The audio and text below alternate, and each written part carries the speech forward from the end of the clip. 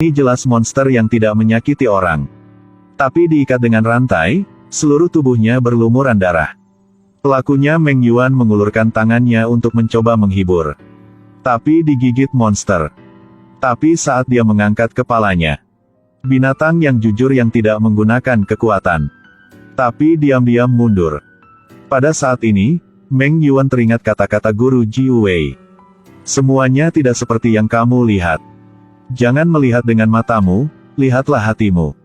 Dia dengan tegas memotong rantai yang menahan kaki monster itu.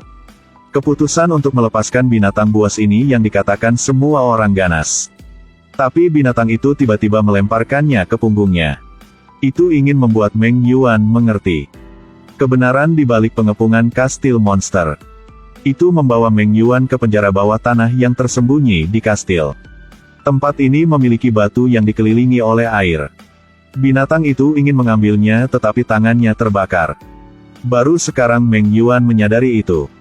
Batu ini adalah batu Qiankun, sumber kehidupan binatang itu. Dia hanya menyentuh dengan lembut. Semburan kekuatan hidup memasuki tubuh. Ternyata kamu memasuki kota karena batu ini. Meng Yuan membungkusnya dengan jubah. Tapi tiba-tiba sang jenderal muncul. Dia mengerti bahwa kebenaran di balik itu semua dimanipulasi oleh seorang jenderal yang hebat. Tapi saat dia akan membunuh orang, Siyu tiba-tiba kembali. Dia mengayunkan pedang ke tubuh sang jenderal. Kemudian pimpin Meng Yuan Song keluar dari pengepungan yang tumpang tindih. Saat dia pergi, dia menoleh dan melihat. Jenderal mengeluarkan ramuan. Itu dibuat dari patung terakota oleh alkemis di luar kota. Setelah makan kenyang, luka di badan akan langsung sembuh. Meng Yuan dan yang lainnya melarikan diri. Dikelilingi oleh tentara terakota yang tak terhitung jumlahnya di tengah alun-alun. Tapi sekarang, monster pengepungan tiba. Perang besar pecah. Tentara terakota mempertahankan kota Qinyang. Monster ingin mendapatkan kembali batu dewa. Jenderal dan keturunannya mencoba untuk mendapatkan batu dewa di tangan Meng Yuan. Selama perjuangan, sayangnya batu itu jatuh. Meng Yuan meraihnya. Kekuatan luar biasa terus-menerus menyusup ke tubuhnya. Di bawah gelombang kejut yang intens, dia tidak bisa menahan diri untuk tidak berteriak keras. Ketika sang jenderal melihat ini, dia bergegas untuk meledakkan Meng Yuan. Kemudian ambil batu ajaib yang terbang di udara. Pemimpin binatang buas mengambil kesempatan untuk menggigitnya. Membuat seluruh lengan hancur. Umum. Melihat monster mengejar dan membunuh mereka, jenderal tidak ragu-ragu untuk menusuk batu ke dadanya, mengerahkan seluruh kekuatannya ke dalamnya. Tepat setelah itu, seluruh tubuhnya berubah total. Saat pemimpin monster menyerang lagi, jenderal hanya dengan satu pukulan mengirim lawan terbang menjauh. Pria yang sekarang menjadi satu dengan kekuatan batu. Baru sekarang para prajurit terakota mengerti. Ternyata jenderal itu untuk kepentingannya sendiri. Menyebabkan kehancuran kota Qinyang selama bertahun-tahun. Tentara terakota tidak lagi menghormatinya. Di hatinya sekarang hanya ketakutan yang tersisa. Tapi Meng Yuan tak takut. Dia harus mendapatkan kembali batu dewa.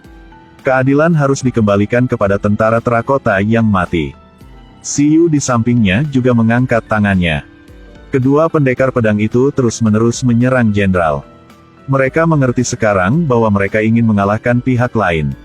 Satu-satunya downside adalah mata. Tapi kalian berdua meremehkan kekuatan batu dewa. Bahkan dengan seluruh kekuatanku, dia tidak bisa melawan. Meng Yuan terlempar ke tanah dengan pukulan. Lalu tertangkap lagi. Prajurit Fele. Atas dasar apa kamu ingin melawanku? Jika bukan karena kamu yang menyerap kekuatan batu dewa. Nah, kamu sudah mematahkan tulangnya. Kalau begitu aku berharap dagingnya hancur berkeping-keping. Jenderal gila tidak lagi menyembunyikan apapun. Dia mengekspos semua tindakannya. Ternyata dia dulunya adalah seorang prajurit Fele seperti Meng Yuan. Menoleransi kemarahan yang cukup, penghinaan yang cukup. Tapi dia tidak menyerah.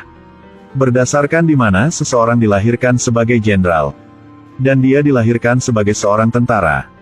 Ketika dia secara tidak sengaja bersentuhan dengan batu dewa, Memutuskan untuk meminjamnya untuk mengubah nasibku. Pada hari yang sama dia meratakan batu dewa. Monster baru terus menyerang Kastil Qinyang. Tapi dia dibutakan oleh kekuatan. Setelah meninggalkan semua orang sinis di kota dan beralih ke yang terakhir. Mengambil keuntungan dari batu ajaib untuk mengubah tubuhku. Menjadi jenderal baru. Tidak ada yang bisa menghentikannya dengan pukulan yang mematahkan lengan Meng Yuan. Perhatikan dia melangkah lebih dekat ke Meng Yuan. Si Yu yang terluka segera berdiri. Jangan ragu untuk langsung buru-buru. Si Yu, jangan. Si Yu ditikam di dada. Meng Yuan tidak percaya apa yang terjadi tepat di depan matanya. Si Yu terluka parah dan sekarat menunggu untuk mati. Prajurit kota Qinyang dan semua monster dengan satu hati bergegas menuju jenderal.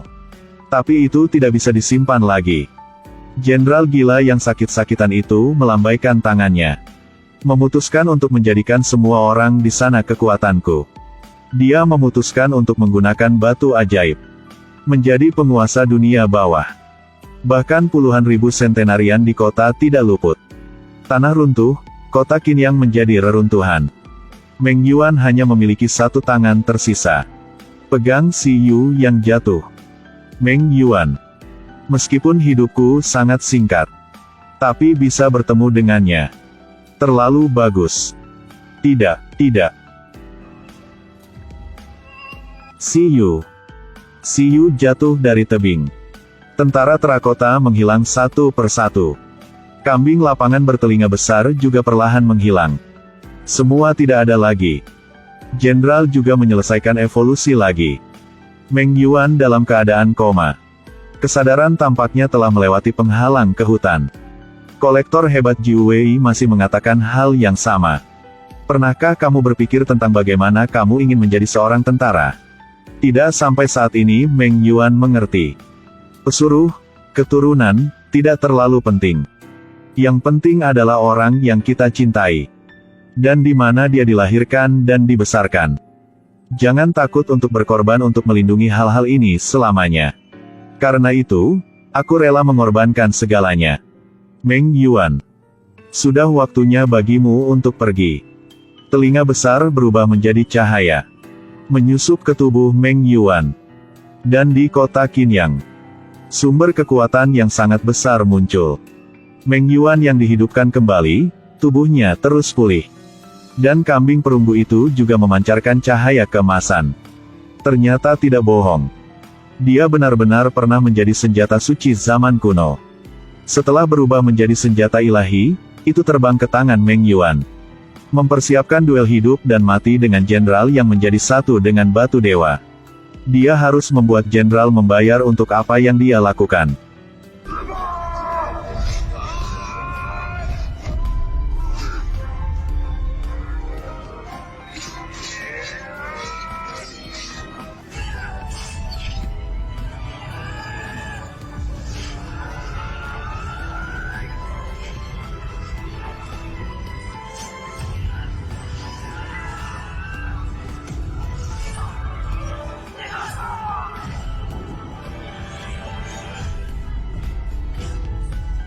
Jenderal dikalahkan, tentara ilahi menusuk tubuhnya. Batu Qiankun membumbung tinggi ke udara. Jenderal juga berubah menjadi bentuk aslinya. Sampai saat dia mematahkan tulangnya. Di dasar matanya, hanya ada kekuatan batu dewa. Akhirnya, kota Qinyang damai. Kawanan monster juga mendapatkan batu Qiankun kembali seperti yang diinginkan. Terus tumbuh dan berkembang kehidupan. Dewa kuno juga berubah menjadi kambing perunggu hijau. Tapi hanya gadis dalam kehidupan Meng Yuan. Selamanya jatuh ke dasar sedalam 1000 kaki. Dia datang ke hutan patung itu lagi. Tuan Jiu Wei memberi tahunya. Latar belakang si Yu rumit, dia hanya bisa menjalani hidup ini. Namun, nasib surga ditentukan. Jika dia terus mengejarnya, dia akan berada dalam masalah. Tapi Meng Yuan mengatakan dia pernah berjanji padanya. Pergi ke benteng Tang'an untuk menemukan kerabat si Yu. Namun, tidak ada yang memperhatikan. Di depan penginapan Bong Lai, yang pernah diliputi bencana.